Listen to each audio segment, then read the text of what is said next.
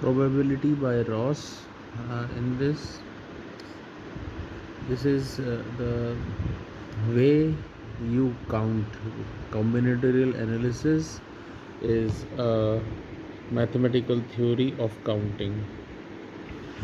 So this first page we studied yesterday, and what does this mean is that हमारे पास कुछ problems आती हैं जिसमें प्रोबेबिलिटी की आवश्यकता होती है. We need probability to solve some problems, and to solve such problems we might need counting. So simple counting will help us to put in values into the probability formula. For example, in a communication system, if there are n seemingly identical antennas that are to be listed up in linear order, so there are n linear antennas ordered in serial order, not circular, in serial order. This system, the resulting system of the serial ordering of antennas, will be able to receive all incoming signals. ये जो series में arrange हुए हुए antennas हैं, ये सारे signal signals receive कर पाएंगे, यानी कि फंक्शनल कहलाएंगे. They will be called functional. The system will be functional if as long as no two consecutive antennas are defective.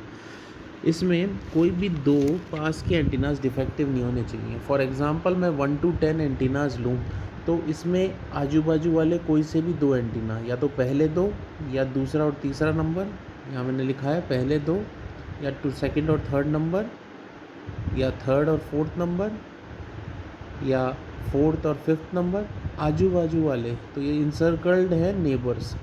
अगर कोई भी नेबर वर्क नहीं करेगा तो ये सिस्टम पूरा फेल हो जाएगा.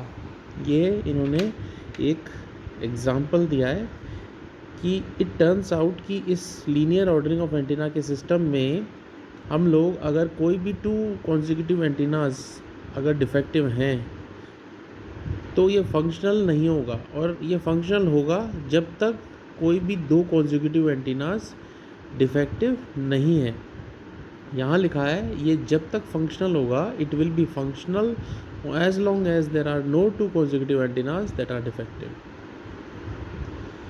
तो कोई भी दो एंटीना आपस में डिफेक्टिव न हो के अगर दूर डिफेक्टिव हों, फॉर एग्ज़ाम्पल इस केस में 4 एंटीनाज लिए हैं और ये दो अगर ख़राब हैं, क्रॉस से रिप्रेजेंट किए हैं, तो ये सिस्टम पूरा फेल हो जाएगा. पर अगर ये दो जो एडजेसेंट नहीं होके एक बीच में एंटीना आ जाता है, उसकी वजह से एडजेंसी इफेक्ट नहीं होती, मतलब आजू बाजू वाले ख़राब नहीं हैं. तो इसका मतलब ये वाला जो कॉन्फ़िगरेशन है जिसमें दो एंटीना ख़राब थे, तब भी ये पूरा सिस्टम फंक्शन करेगा properly. Similarly if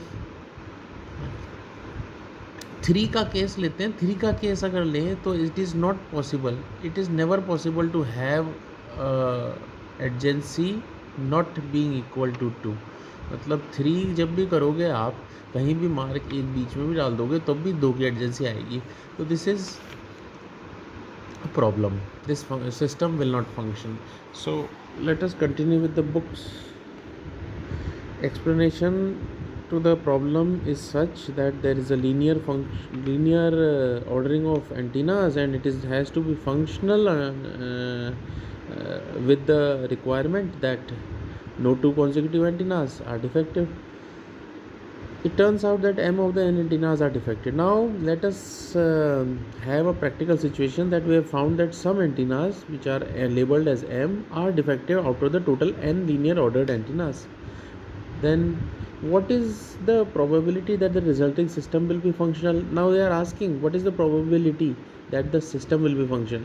Now we know system will be functional when no two antennas are adjacent and not working. To count, we need to count, and then total number of all possibilities we need to know. So numerator will be the cases where the system is functional, and the denominator will be the total possibilities of functional and dysfunctional arrangements. So that will give us probability. Probability formula is the favorable outcomes divided by all outcomes. That formula I was trying to populate by calculating the requirements given by this problem. What is the requirement? What is the probability that the resulting system will be functional?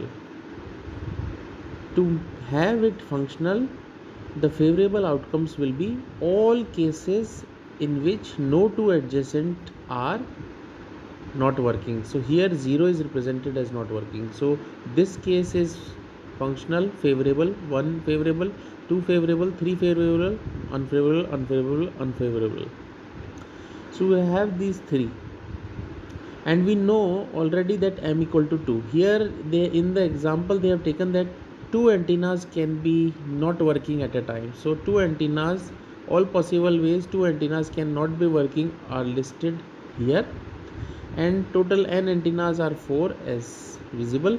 So these 4 antennas are labeled with a 0 or a 1 as per their working condition, and all possible combinations, arrangements are done here according to n being assigned to 4 and m being assigned to 2. Now there are 6 possible system configurations. We have counted total number of possible configurations, which are 6, and the defective configurations that will make the system non-functional. So those are 3. So three are functional combinations and 3 are making system non-functional. So favorable results for finding out the system being functional will be 3 divided by total combination, which is 6. So the probability will be half. This is what they have counted here. So in general, given n m, we could compute the probability that the system is functional in similar fashion. That is, we could count the number of configuration, the resulting system is functional, and then divide by the total number of possible configurations. So this is the formula for calculating probability. So from above we see that it would be useful to have an effective method for counting the number of ways that things can occur. So there has to be a counting procedure. We cannot always list all the possibilities and then count the likely, the favorable, or the ones which we are trying to find. So we need counting. So in fact, many problems in the probability theory also simply require counting the number, and for the ways for a certain event to happen. So this mathematical theory of counting is labeled as combinatorial analysis. So let us work out this problem and let us try how to count. So first the question arises is how many ways to choose two consecutive antennas from a series of antennas. So there is a series of antenna, 2 antennas at a time, 3 antennas in a series at a time, 4 antennas or n antennas in series at a time. So for 2 antennas consecutively to be bad, there is only one possible way.